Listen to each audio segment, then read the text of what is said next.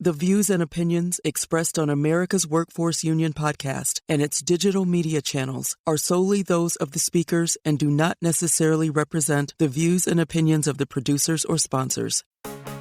Welcome to the America's Workforce Radio Podcast, the flagship production of the American Workers Radio and Podcast Network, where organized labor and its never-ending fight to protect the rights of the American worker come first. Now, presented by LIUNA, Laborers International Union of North America. Here's your host, Ed Flash Ferens. What unions around the country did on Friday, May Day. Meanwhile, RNs speaking out on patient safety concerns at a California birthing center. And today on the show, the American Federation of Government Employees on the changes at the Center for Disease Control. Welcome to the Monday, May 4th edition of America's Workforce, where we are available on at least 5 platforms, including YouTube, Apple Podcasts, iHeartRadio, Spotify, and Pandora. We have one guest on the show today, and that is Yolanda Jacobs. Yolanda is a newcomer to America's Workforce, and we appreciate that. And she is the president of the American Federation of Government Employees, Local 2883. That is the union that represents over 2,400 workers at the Center for Disease Control all across the United States. And today we're going to focus on what's happening at their headquarters in Atlanta. Well, you know, all the changes that have happened in the current administration. And the issue here is what's called reasonable accommodations. You have to understand that a lot of people that work in government are veterans. And these are folks that suffer from, well, PTSD, brain trauma. A lot of things go on. And you know what? It's great that they're working in the federal government. They have issues, and there's been a mandate to come into the office. A lot of these workers are working from home, and they're experiencing what Yolanda calls physical and mental harm from their bosses. So there's a huge dispute going on right now, and they did some accountability studies and found out that the work is being done. I know this is across the board. There's a lot of companies say, you got to come to the office. You know, the pandemic is over with. We want you in the office. But if the work is getting done, what's the issue? So a lot of this, too, can be done from home. And Yolanda is going to speak to that and more as our featured guest right here on America's Workforce. Now, a brief look into the world of labor. This segment brought to you by Boyd Watterson Asset Management. $38 billion in assets under advisement, serving the needs of Taft-Hartley funds, corporations, public funds, endowments, foundations, as well as religious organizations. And you can find more at BoydWatterson.com. Under the banner of May Day Strong and the slogan, no school, no work, no shopping, unions, community groups, and workers all around the country staged mobilizations to observe International Workers' Day, or May Day, on Friday, in what was the largest May Day mobilization in recent history. Some have connected it to the growing need of quasi-general strikes, whose resurgence in popularity began with the January 23rd Day of Truth and Freedom in Minnesota. Nationally, unions like the National Education Association, the American Federation of Teachers, the American Postal Workers Union signed into the day of mobilization. In Chicago, where International Workers' Day started as a commemoration of workers killed by police during a rally for the 8-hour workday, well, the Chicago Teachers Union reached an agreement with Chicago Public Schools to close school for the day to allow staff and students to attend the rally. Unions supporting the Chicago May Day mobilization included the Teachers Union, the Illinois Coalition for Immigrant and Refugee Rights, the Chicago Federation of Labor, SEIU Healthcare Illinois, the Teamsters, National Nurses United, and 2 AFGE Locals, 704 and 789. And in Asheville, North Carolina, the Asheville City Association of Educators led a walkout, effectively closing local schools for the day. In Boston, High school students organized several walkouts, and several unions, including SEIU, Unite Here, and the Association of Flight Attendants, organized local mobilizations. Also, an alliance of New Mexico immigrant groups and unions plan to walk out on Friday, May 1st. Organizers, including the Teamsters, that would be Local 492, planned a demonstration that included nearly 40 groups to commemorate the holiday and also show opposition to the administration's immigration enforcement and global war policies. Registered nurses at UCSF Mission Bay in San Francisco, California, held a rally on Friday to highlight patient safety concerns in their birth center. Nurses say they're very concerned about patient safety, all due to a revolving door of management coupled with chronic and severe understaffing. By the way, they're all represented by the California Nurses Association, which is affiliated with National Nurses United. Jen Earhart is an RN at the birth center at Mission Bay. She said many of our patients come in with complex issues, but they're suffering due to management's understaffing. Staffing is so low, we constantly need to transfer patients elsewhere. Patients are delivering in hospitals that have never set foot in before. As an 18-year veteran, I believe the birth center is failing the San Francisco community. Nurses say due to short staffing in the day shift, night shift nurses are often having to work overtime after their shifts to help provide care for patients. And not only are nurses working overtime, they're also working 12-hour shifts without any breaks.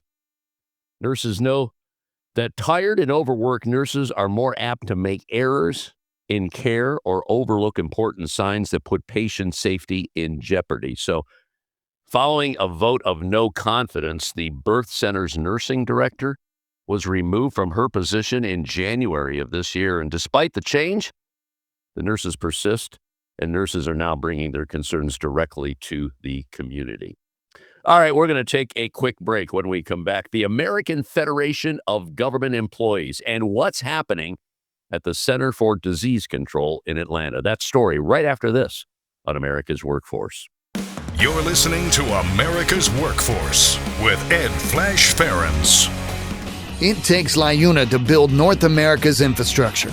From roads and bridges to schools and skyscrapers, the men and women of LIUNA, the Laborers International Union of North America, build the projects we depend on. From constructing the Freedom Tower on the site of the former World Trade Center to untangling Washington, D.C.'s congested interstate, LIUNA members do the work that matters. Find out what it takes to be built by LIUNA at liuna.org. That's liuna.org. This segment of the show is brought to you by the Brotherhood of Maintenance of Way Employees Division of the International Brotherhood of Teamsters. For more information, please visit bmwe.org.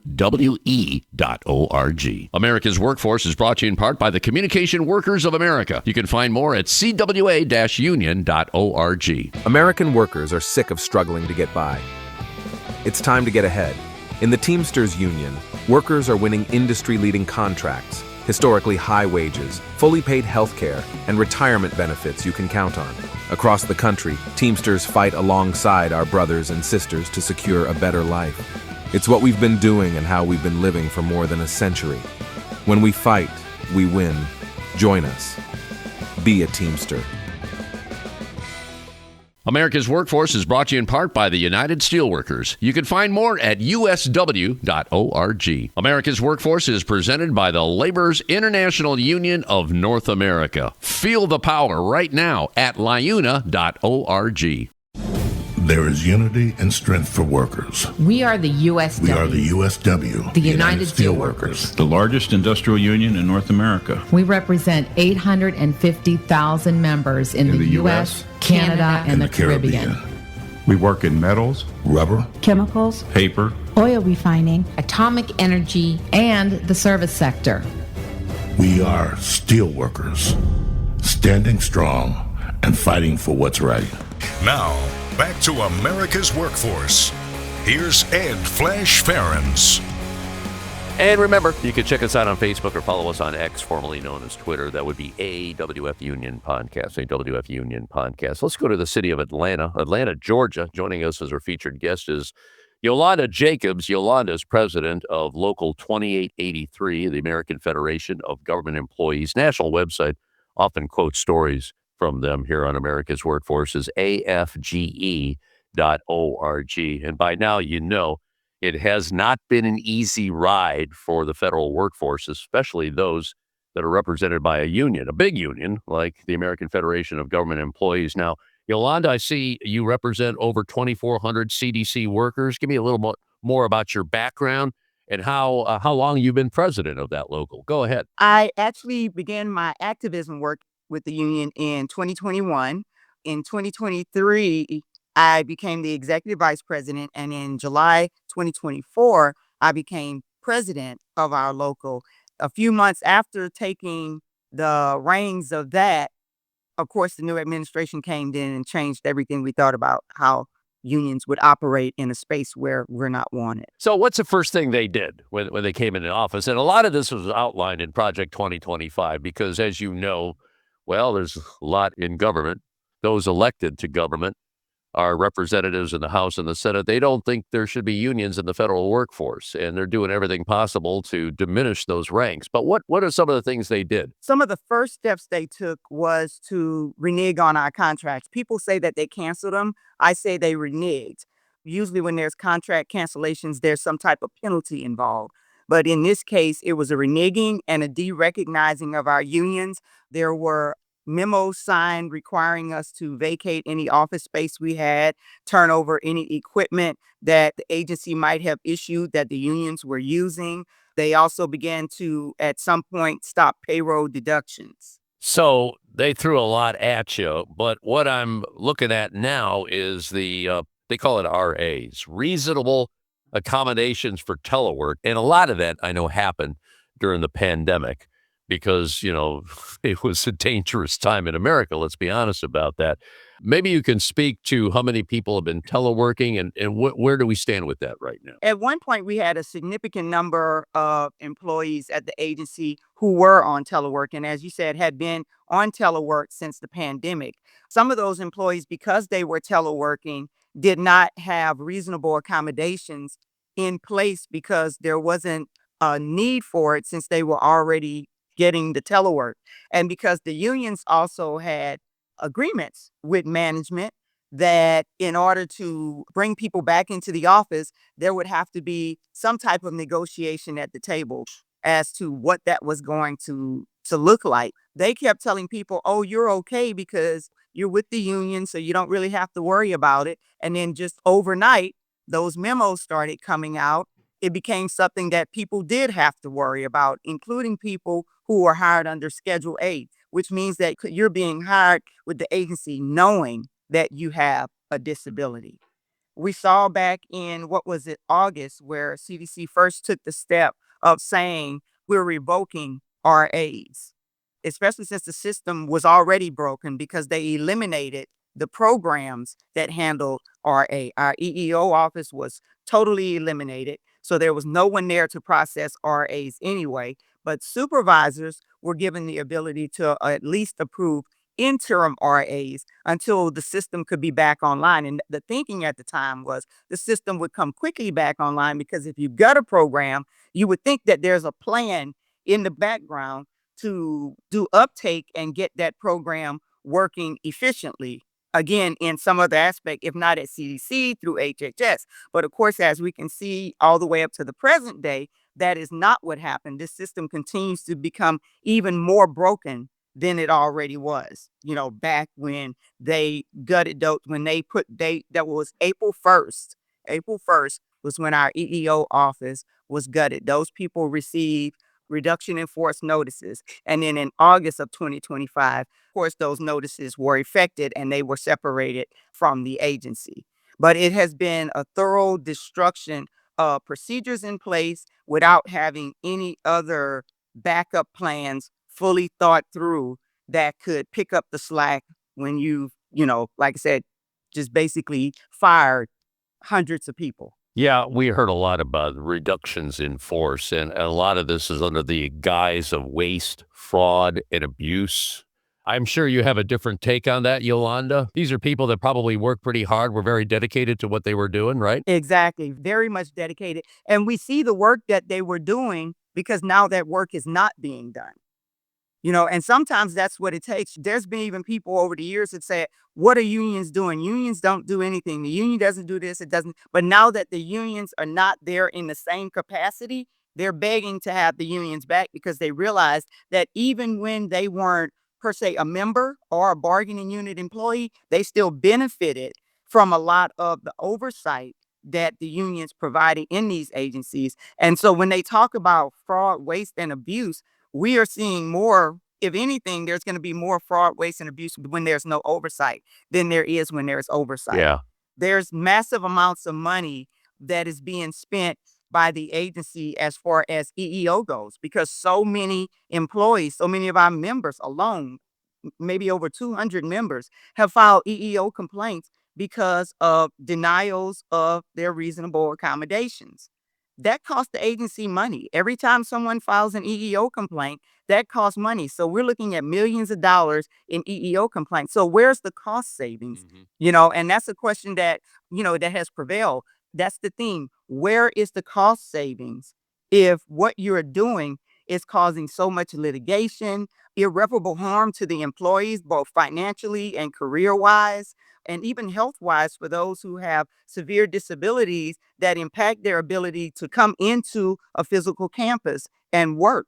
We've got people who need care providers 24/7, and you're telling those people to come in. We've got people who are pregnant and it's a high risk pregnancy and being told to get on public transportation and come to work when telework doesn't cost the government anything. There's nothing out of pocket for the government when you telework. Even the computer system you use is one that they would have to issue to you anyway, Yeah. regardless of where you work. So there's no logical reason for why telework, especially as a reasonable accommodation, is not something that they can provide. And then to have this higher level overview for just people who are requesting telework as a reasonable accommodation, and you have someone who's not even a medical authority, has no medical expertise reviewing these requests. It gets to a point where it's like, make it make sense, because right now it just doesn't. With telework, I think there's a perception out there that they're not doing enough work, that they might be goofing off on the job because they're not in the office. I'm sure you have a different point of view on that.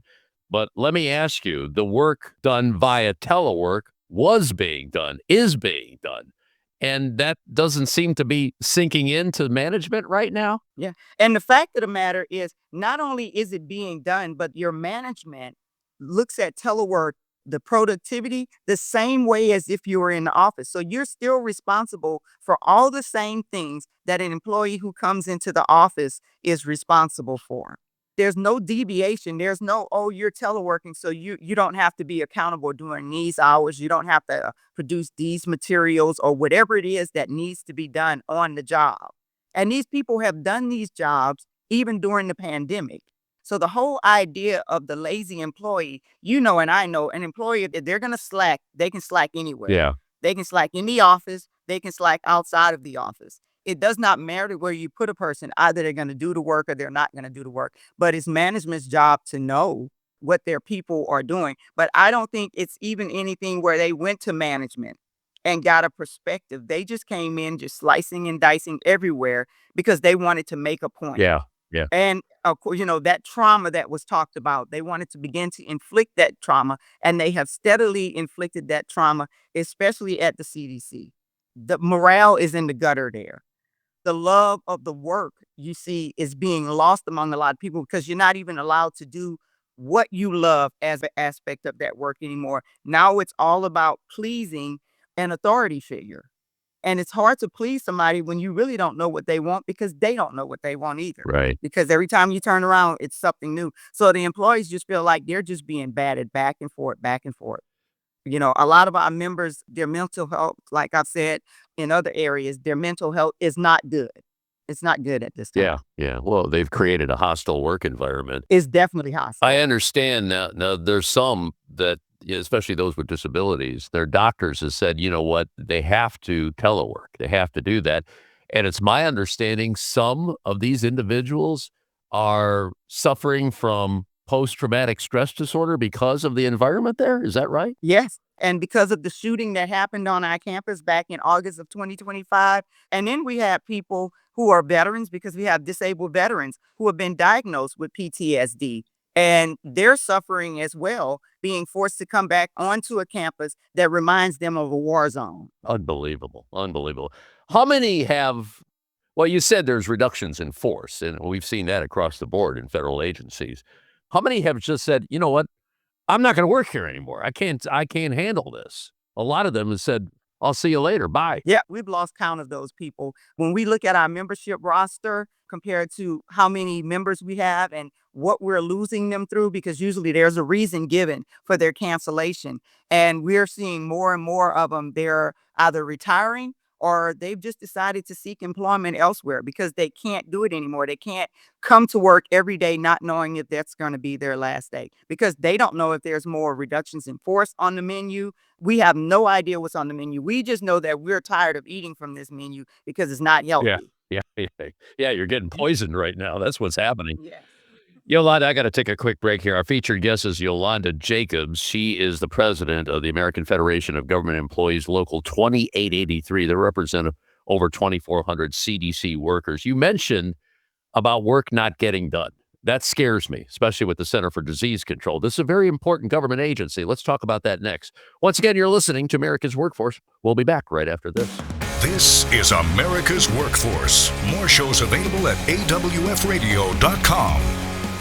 America's Workforce is brought to you in part by the International Federation of Professional and Technical Engineers. You can find more at ifpte.org. America's Workforce is brought to you in part by the Ironworkers. You can find more at ironworkers.org. It takes LIUNA to keep America running. Over 70,000 public employees are part of LIUNA, the Laborers International Union of North America, delivering critical services such as healthcare and emergency response, as well as maintaining roads and sanitation systems. Even the National Postal Mail Handlers Union, representing over 47,000 U.S. postal workers, is affiliated with LIUNA.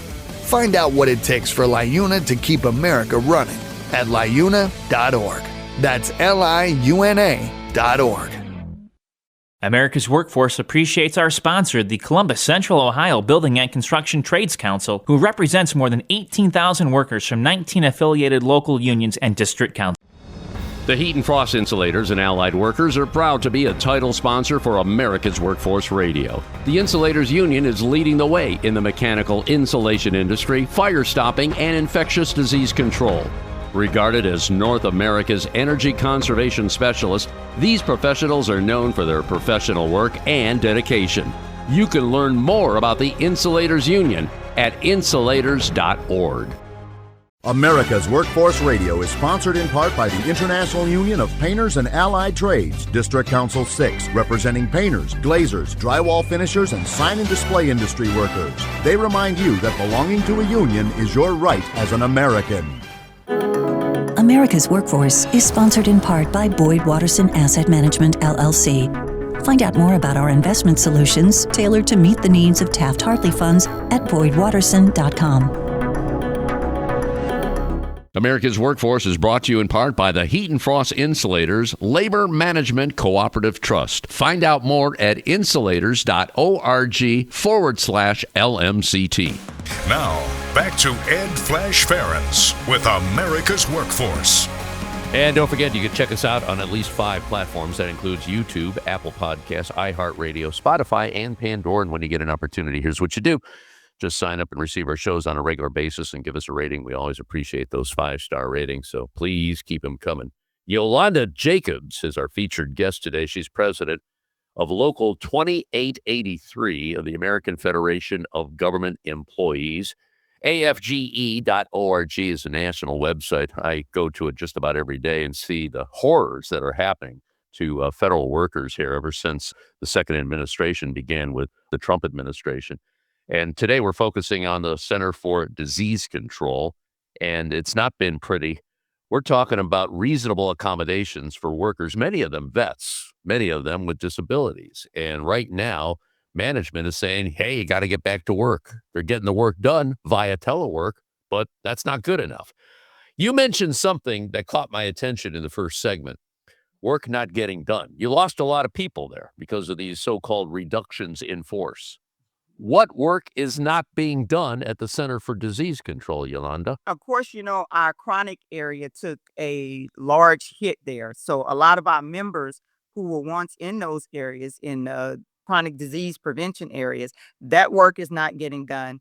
Because their work is not getting done, there's now gaps from other areas of the agency where we have members because they can no longer communicate with the staff that was in those offices since those offices no longer exist. So that means even partner contact was cut off because when those employees were so abruptly terminated, any work they were doing that was also terminated. Any files they had that could have been shared with other offices to continue to work, all of that is basically out there in the abyss. That prevents a lot of work from happening. There was some question around what was DEIA. A lot of that work, because of the misunderstandings of what it was, what it is, and what it's not, a lot of that work was just cut off.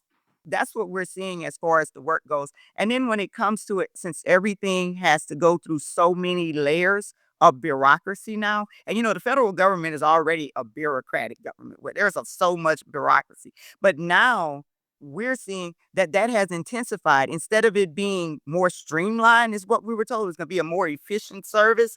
We're seeing less efficiency. We're seeing that it takes longer. I've had members that are reaching out and saying, hey, I'm supposed to go off somewhere, and they still haven't even cut travel for me. And we're almost there. So there's so much stuff that is happening that is delayed now versus before there was a system in place to move those things along. That's not happening now. So the efficiency is definitely not there.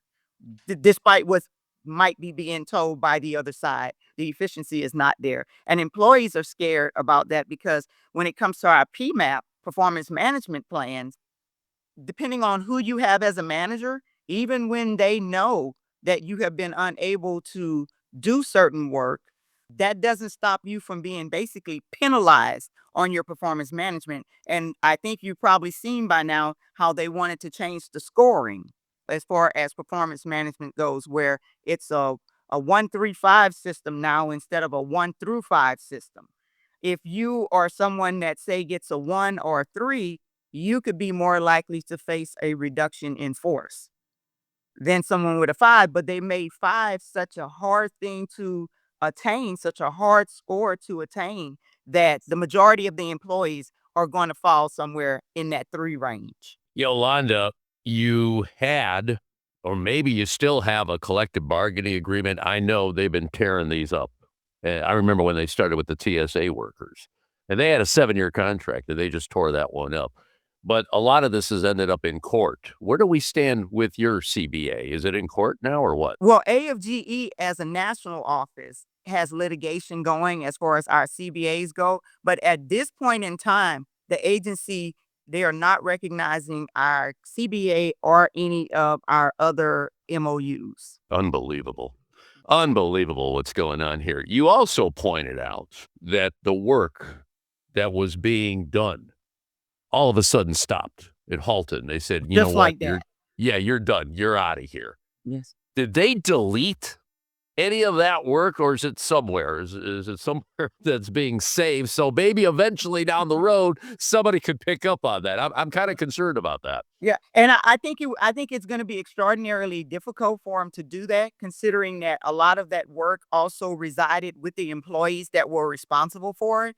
And when they did the first cuts in February, where they terminated all those probationary employees, and then they did the second termination April 1st, where they terminated full-time employees, it was done through so much disorganization that there was no time to create a succession plan, which usually would happen in other reductions in force. One that had actually went through Congress and been approved and it had checks and balances on it. That did not occur. So since it was so abrupt, no one knew that they were going to be receiving a reduction notice when they woke up on April 1st. They had no idea. So there was no time to pass on any information to anyone else, and their access was cut almost immediately. So from the time that they accessed their systems that morning or whatever it was, about 15 minutes later, their access to the agency's systems was removed. So there was no time to do any of that. You have been doing your best to make sure that people could stay there, that they have a better work environment that they have right now. And you've addressed this to the acting CDC director. There's no CDC director. There's somebody that's like just acting right now, to my knowledge. And that's outside of Monterey, which happened only for a few weeks. We have not had a CDC director. We've not had any high-level leadership. So, Yolanda, with everything that you told us here, and morale is low, it's a hostile work environment, what's your next course of action here? You got National behind you on this, and, they got their hands full, let's be honest about that. Mm-hmm. But what's the next step? What's your strategy? For us, because federal law does provide for some representation in certain matters for employees, we have been digging in, and assisting those employees as far as EEO complaints go, in which, like I told you, there's hundreds of those, which are taking quite a bit of time. Disciplinary actions, because those have increased exponentially since this whole thing happened. I mean, we have employees who put in for telework as a reasonable accommodation whose managers are marking them AWOL. We've got some employees that have been marked AWOL upwards of 30 times or more. We are seeing a lot of letters of reprimand. We're seeing a lot of proposals for removal from federal service. It's like they're trying to get in everything imaginable that they could not have gotten in without having to prove their basis before. So whereas before there was some baseline that they had to meet to do these things, there's none of those. So it's almost like we're working in an almost at-will environment right now. Yeah. Did you ever get the impression that they're trying to do away with the CDC altogether, or put it in another department, or try to privatize this? We've seen a lot of that happen over the years. We'll never say never. That's the one thing, is like never say never. CDC has been an institute for 80 years? Places like Service Merchandise, if you remember back in the day, we thought that they would never go away. Radio Shack, all of those places, and they're no longer here today. So we never know what the future can hold. We absolutely never know. Well, I'll tell you, you got a friend here on America's Workforce. Feel free to reach out to us. Make sure that people in America know what's going on at a very storied institution. You mentioned 80 years, the Center for Disease Control. You folks are protecting us, okay? Exactly. That's what it's all coming about. to Georgia, when I moved to Georgia, it was with the intent of working for the CDC. Yeah. And so for me, it was like a vision realized.